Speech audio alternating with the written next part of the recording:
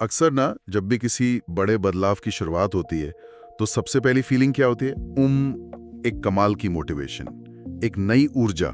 बिल्कुल, एकदम ऐसा लगता है कि आज ये सब कुछ कर लेंगे। हाँ, लगता है कि अब तो बस पूरी दुनिया बदल देंगे। लेकिन फिर मतलब 8वां या 9वां दिन आता है और वो मोटिवेशन पूरी तरह से गायब हो जाती है। सही कहा। वो जो शुरुआती आग होती है ना, वो बहुत जल्दी ठंडी पड़ जाती है। हम सभी ने जिंदगी में कभी ना कभी ऐसा महसूस किया ही है। और यहीं से आज की हमारी इस चर्चा की शुरुआत होती है। इस डीप डाइव में आज हम YouTube channel audio book rise के एक बहुत ही दिलचस्प फ्रेमवर्क पर बात कर रहे हैं। इस वीडियो का नाम है give yourself 90 days to change everything, यानी खुद को सब कुछ बदलने के लिए 90 दिन दे। और इसका दावा है कि 90 दिनों में कोई भी इंसान अपनी पूरी जिंदगी सच में बदल सकता है। हाँ, लेकिन देखिए, ये कोई जादुई नुस्खा नहीं है, क्योंकि इस मटेरियल में सबसे पहली और सबसे कड़वी सच्चाई यही बताई गई है कि मोटिवेशन पर भरोसा करना एक बहुत बड़ी भूल है। मोटिवेशन तो बस क्या कहते हैं, एक हफ्ते का मेहमान है। बिल्कुल, और इसलिए असली गेम डिसिप्लिन यानी अनुशासन का है। वही अनुशासन जो आपको उन दिनों में भी काम करवाता है जब मतलब बिस्तर से उठने का भी मन नहीं होता। सही बात है। इस 90 दिन के फ्रेमवर्क की सबसे दिलचस्प बात मुझे ये लगी कि ये उस आम धारणा को पूरी तरह तोड़ देता है जहां हम मतलब अपनी जिंदगी बदलने के लिए किसी बड़े जादुई पल का इंतजार करते हैं। जैसे कोई चमत्कार हो जाएगा। हाँ, हम सोचते हैं कि कोई बड़ा इवेंट होगा, कोई बहुत बड़ी प्रेरणा मिलेगी और हम अचानक से बदल जाएंगे।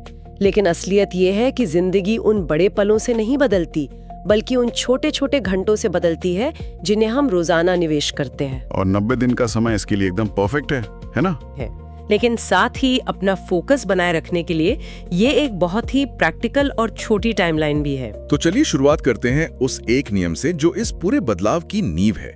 शुरू में इसे 4% रूल यानी 4% रूल कहा गया है। दिन का 4% हिस्सा, जो कि सिर्फ 1 घंटा होता है। 24 घंटे में से सिर्फ 1 घंटा। हाँ, सुनने में बहुत ही आसान लगता है कि 90 दिनों तक हर दिन अपने लिए बिना किसी रोक टोक के 1 घंटा निकालना है। और शर्त यह है कि इस 1 घंटे में कुछ कंज्यूम नहीं करना है, बल्कि कुछ बिल्ड करना है।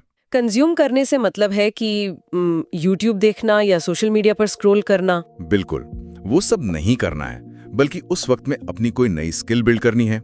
लेकिन मेरा एक सीधा सा सवाल है यहाँ पर, मतलब क्या 1 घंटा वाकई काफी है? ये तो ऐसा है जैसे हम अपने फोन को दिन भर चलाने के लिए सुबह सिर्फ 4% बैटरी चार्ज कर रहे हो। अरे वाह, ये एनालॉजी काफी अच्छी है ना?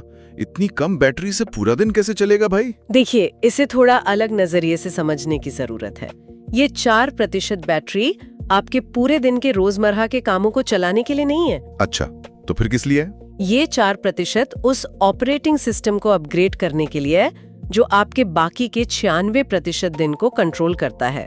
ओहो, मतलब ये फाउंडेशन है। बिल्कुल, बात उस 1 घंटे की मात्रा की नहीं है, बात दैनिक पुनरावृत्ति यानी उस काम को रोज दोहराने की है। जब कोई इंसान हर दिन 1 घंटा सिर्फ खुद के लिए निकालता है और उसमें कुछ रचनात्मक करता है, तो वो असल में अपने दिमाग को ये संदेश दे रहा होता है कि इस जिंदगी का कंट्रोल मेरे हाथ में है। मतलब ये 1 घंटा सिर्फ कोई काम खत्म करने के लिए नहीं, बल्कि अपनी साइकोलॉजी को सेट करने के लिए है। सही कहा। और शायद इसीलिए इस फ्रेमवर्क में सुबह की जीत, या जिसे विनिंग द मॉर्निंग कहा गया है, उस पर इतना जोर दिया गया है। इसमें कहा गया है कि दिन के पहले 60 मिनट बिना फोन के बिताने। हाँ, इसके लिए 3 बहुत स्पष्ट नियम दिए गए हैं। फिजिकल मूवमेंट, दिन की शीर्ष 3 प्राथमिकताओं को लिखना और मेंटल प्राइमिंग। लेकिन मैं एक प्रैक्टिकल बात करूं, सुबह उठते ही फोन देखना आज के समय में हम सबकी डिफॉल्ट आदत बन चुकी है। एकदम सच बात है। तो इसे छोड़ना इतना जरूरी क्यों बताया गया है? क्योंकि देखिए, जब हम सुबह उठते हैं तो हमारा दिमाग एक बहुत ही न्यूट्रल और ग्रहणशील स्थिति में होता है।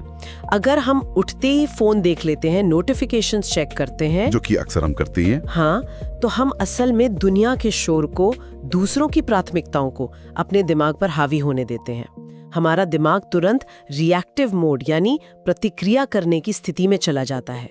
हमारी अपनी ऊर्जा दूसरों के एजेंडे में बढ़ जाती है। मतलब हम सुबह से ही दूसरों के हिसाब से चलने लगते हैं। बिल्कुल, लेकिन जब हम सुबह उठकर फोन को हाथ नहीं लगाते, थोड़ा फिजिकल मूवमेंट करते हैं जिससे ब्लड फ्लो बढ़ता है और अपनी खुद की प्राथमिकताएं लिखते हैं, तो हम खुद को प्रोएक्टिव मोड में रखते हैं। हम खुद को बताते हैं कि हम इस दिन के लीडर हैं, फॉलोअर नहीं। तो मतलब ये 1 घंटा और ये सुबह का रूटीन हमारी असली नींव है। हाँ।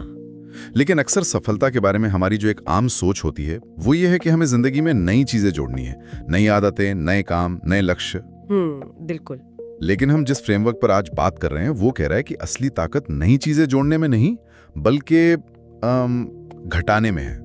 मुझे थोड़ा उल्टा लग रहा है। कुछ नया शुरू करने से पहले पुरानी चीजों को हटाना क्यों जरूरी है?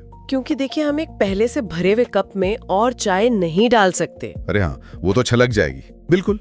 हम अक्सर किसी तरह वो 1 घंटे का समय निकाल तो लेते हैं, लेकिन अगर हमारा दिमाग पुरानी आदतों, अनसुलझी समस्याओं और शोर में उलझा है तो हम उस 1 घंटे का कभी सही इस्तेमाल कर ही नहीं सकते। हाँ, जगह ही नहीं है दिमाग में। सही बात है। कोई भी इंसान एक कमजोर और कचरे से भरी नींव पर एक मजबूत इमारत नहीं बना सकता।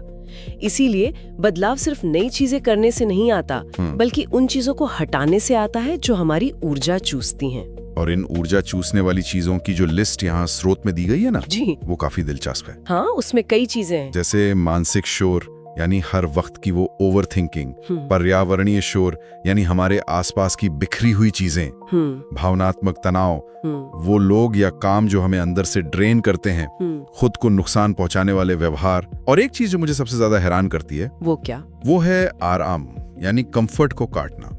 मतलब 1 मिनट, हम दिन रात मेहनत ही इसलिए करते हैं ताकि हमें जिंदगी में थोड़ा आराम मिल सके, तो फिर इस आराम को ही क्यों काटना है? यहाँ हमें आराम और ठहराव के बीच का अंतर समझना होगा।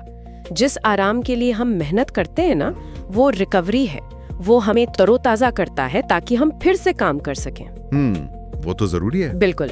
लेकिन जिस आराम को काटने की बात यहाँ हो रही है वो कंफर्ट जोन है जो हमें आगे बढ़ने से रोकता है।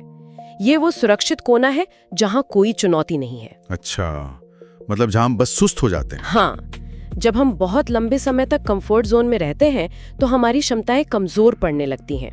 ये एक पॉज बटन की तरह है जिसे अगर बहुत देर तक दबाकर रखा जाए तो जिंदगी रुक जाती है, बस ठहराव रह जाता है।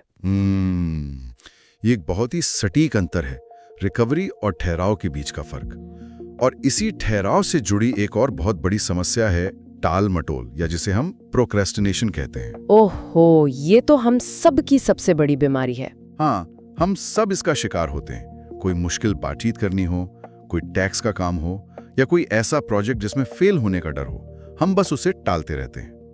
लेकिन ये फ्रेमवर्क प्रोक्रेस्टिनेशन के पीछे की जो साइकोलॉजी बताता है वो सच में आंखें खोलने वाली है। बिल्कुल, क्योंकि हम असल में उस काम से नहीं बच रहे होते हैं। काम तो बस एक काम है। तो फिर हम किससे बच रहे हैं? हम उस काम से जुड़ी भावना से बच रहे होते हैं।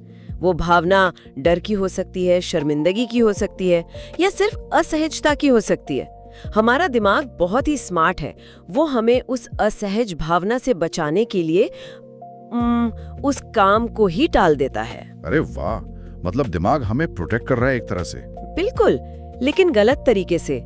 जब हम इस बात को समझ लेते हैं कि भावना अलग है और काम अलग, तो हम उस काम को छोटे छोटे और स्पष्ट कदमों में बांट सकते हैं। जब कदम छोटे होते हैं ना, तो वो डर भी छोटा हो जाता है और काम शुरू करना आसान हो जाता है। तो अगर हम इन सब चीजों को एक क्रम में देखें, हमने अपनी ऊर्जा चूसने वाली चीजों को हटा दिया, अपने डर और भावनाओं को समझकर मुश्किल कामों का सामना कर लिया। अब हमारे पास वो 1 घंटा है और हमारा दिमाग पूरी तरह से शांत है। इस वैक्यूम में, इस खाली जगह में अब हमें क्या करना है? यहीं पर बात आती है गहरा फोकस यानी डीप फोकस और नई स्किल सीखने की। लेकिन यार, आज के दौर में जहां हर 2 मिनट में फोन की स्क्रीन चमक उठती है, कुछ नया नोटिफिकेशन आ जाता है, वहां गहरा फोकस बनाए रखना तो जैसे कोई सुपर पावर लगता है। और असल में ये आज के समय की सबसे बड़ी सुपर पावर ही है। ध्यान भटकाना आज की दुनिया का डिफॉल्ट बन गया है। बिल्कुल, हर चीज हमारा ध्यान खींचने के लिए ही तो बनी है। हाँ, सोशल मीडिया और एप्स डिजाइन ही ऐसे किए गए हैं कि वे हमारा ध्यान खींच सकें। इसलिए गहरा फोकस कोई ऐसी चीज नहीं है जो बस अपने आप हो जाती है। ये एक क्षमता है जिसे जानबूझकर विकसित करना पड़ता है। बिना किसी भटकाव के एक ही काम पर पूरा ध्यान लगाना आज के समय में एक बहुत ही दुर्लभ और मूल्यवान स्किल है। और यहाँ पर एक बहुत ही गहरा अंतर स्पष्ट किया गया है जो मुझे बहुत पसंद आया। मेहनत और स्किल के बीच का अंतर। हम अक्सर सोचते हैं कि बस पसीना बहाना, घंटों तक काम करना ही सफलता की कुंजी है। जो कि पूरी तरह सच नहीं है। बिल्कुल। मेहनत आपको थका सकती है, जबकि स्किल आपको ताकतवर बनाती है। इसे हम ऐसे समझ सकते हैं कि जैसे कोई इंसान गलत गियर में साइकिल चला रहा हो। अच्छा, कैसे? मतलब वो पसीने से लथपथ है, पूरी ताकत लगा रहा है पैडल मारने में, लेकिन साइकिल बहुत धीरे चल रही है। मेहनत तो पूरी है, लेकिन स्किल ये जानने में है कि सही गियर कब बदलना है ताकि कम मेहनत में ज्यादा स्पीड मिल सके। अरे वाह, ये एक बहुत ही बेहतरीन उदाहरण है।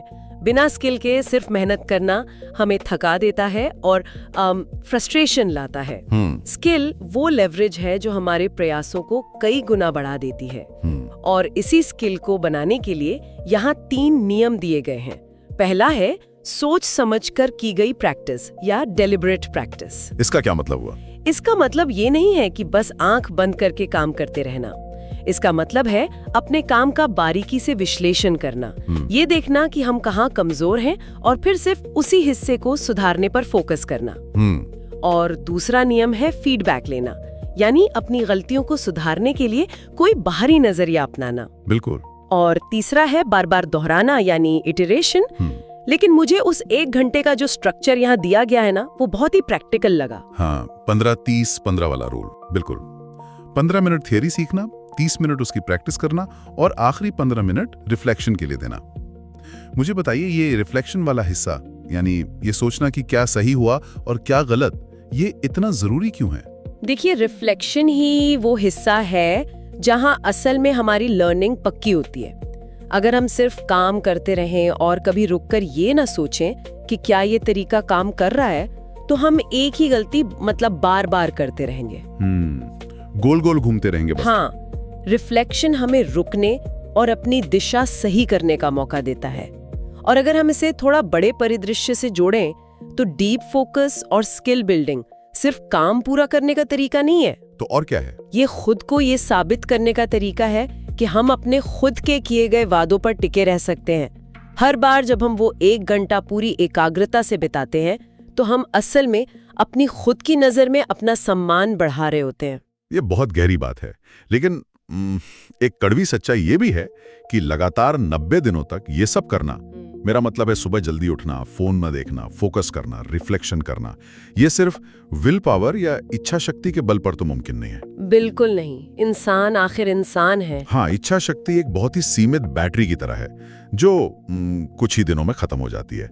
इसके लिए एक ऐसे सिस्टम की जरूरत है जो हमें ट्रैक पर रख सके। और इसीलिए इस फ्रेमवर्क में बात आती है ऑपरेटिंग सिस्टम की, जिसमें पर्यावरण, माइंडसेट और ट्रैकिंग शामिल है। और इस सिस्टम का एक बहुत बड़ा नियम ये है कि पर्यावरण हमेशा मोटिवेशन को हरा देता है।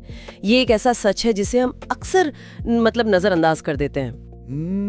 मुझे ना इसी पॉइंट पे आपसे थोड़ी बहस करनी है। अच्छा, बताइए। बचपन से हम सुनते आए हैं कि अगर इरादा पक्का हो तो कोई भी रुकावट रोक नहीं सकती।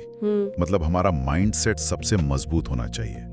लेकिन ये फ्रेमवर्क कह रहा है कि अगर आपका कमरा या आपका फोन बिखरा हुआ है तो आपका कितना भी मजबूत माइंडसेट हो, वो हार जाएगा। क्या सच में बाहर की ये बेजान चीजें हमारे दिमाग पर इतना हावी हो सकती हैं? बिल्कुल हो सकती हैं। और देखिए, ये कोई दार्शनिक बात नहीं है, ये पूरी तरह से न्यूरो साइंस है। वो कैसे? जब हम एक बिखरे हुए कमरे में बैठते हैं ना, तो हमें लगता है कि वो सिर्फ कचरा है जिसे हम इग्नोर कर रहे हैं। लेकिन हमारा दिमाग उस कचरे को, हर एक बिखरी हुई चीज को बैकग्राउंड में प्रोसेस कर रहा होता है। अच्छा। मतलब दिमाग शांत नहीं है, बिल्कुल नहीं। आपके फोन पर जमा अनरीड नोटिफिकेशंस, डेस्क पर पड़े पुराने कागज, ये सब माइक्रो डिस्ट्रैक्शंस है।